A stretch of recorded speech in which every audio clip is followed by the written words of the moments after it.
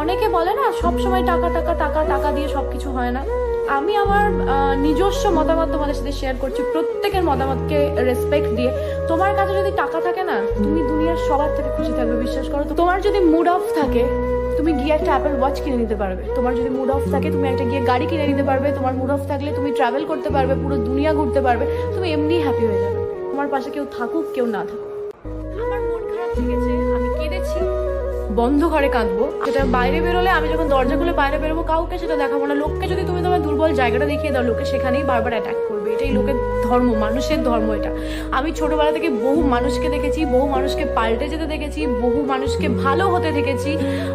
বহু খারাপ বন্ধু ভালো বন্ধু হয়ে গেছে, আর ভালো বন্ধু খারাপ বন্ধু হয়ে গেছে। প্রচুর কিছু হতে দেখেছি আমি। আমার মনে হয় ম্যাচুরিটি কোনোদিন বয়সের সাথে সাথে হয় না, সিচুয়েশন তোমাকে ম্যাচিওর করে তোলে। তো আমার লাইফ থেকে আমি প্রচুর কিছু শিখেছি। অন্য কারোর থেকে ইন্সপায়ার যতটা না হয়েছি, নিজের থেকে অনেক বেশি হয়েছি। নিজের সাথে এত খারাপ খারাপ ঘটনা ঘটেছে, তার জন্য আমিই দায়ী। মানে অবশ্যই নিজেকে দায়ী করব, কারণ আমি মানুষকে সেই জায়গাটা দিয়েছি। চারটে মানুষ তোমার পাশে বসে থাকলো কি থাকলো না, সেটা অবশ্যই ম্যাটার করে, বা আমি জানি না, আমার ক্ষেত্রে এতটা ম্যাটার করে না। বাট অনেকে হয় না, মানুষ ছাড়া থাকতে পারো না, কারোর একটা সঙ্গ প্রয়োজন। বন্ধু বান্ধব সবার প্রয়োজন, কিন্তু আমার মনে হয়